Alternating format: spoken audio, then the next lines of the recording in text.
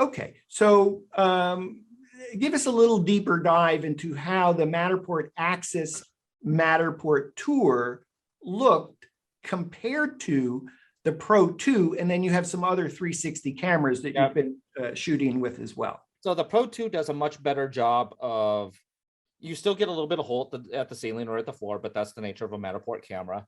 But you have a much higher quality image, because once again, I do believe that's like a 134 megapixel camera equivalent. And then you're getting a much cleaner dollhouse with the Pro camera than you are with the 360 or the Access. And do you want to compare it specifically to a Ricoh Theta Z1, a Ricoh Theta X, a Ricoh Theta SC2?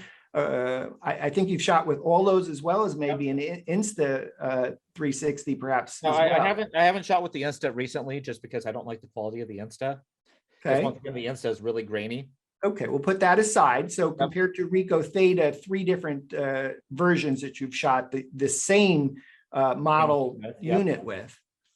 I think it is comparable with the 360 cameras, and only the most scrutinized person would probably be able to pick apart what they may or may not like about it. So I think it's comparable with some of the 360s. Once again, I think the Z1 or the Theta X is going to ever so slightly bump out in quality, because they're a little bit better than the Access. Mm-hmm. But once again, I think the Access is doing a pretty good job for what it is with the phone rotator.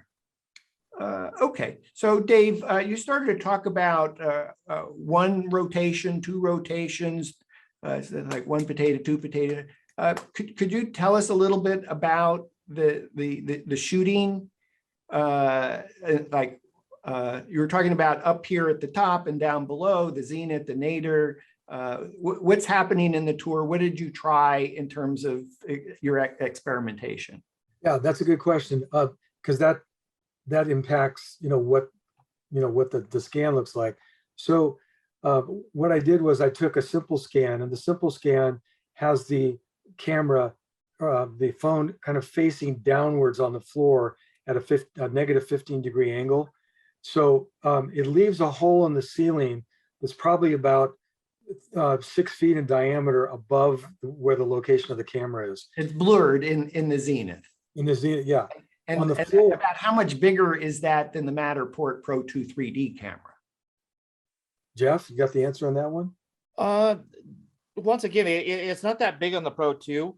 I want to say that it might be a 24 to 36 inch hole in a Pro 2. Yeah. So with the SC2, I was seeing about a 2 foot diameter up at the top. But then when you do a complete scan, you flip the phone up 15 degrees positive and take another scan of the 6 shots, and that closes that diameter down to a couple feet, 24 inches, which is comparable with the SC2 camera.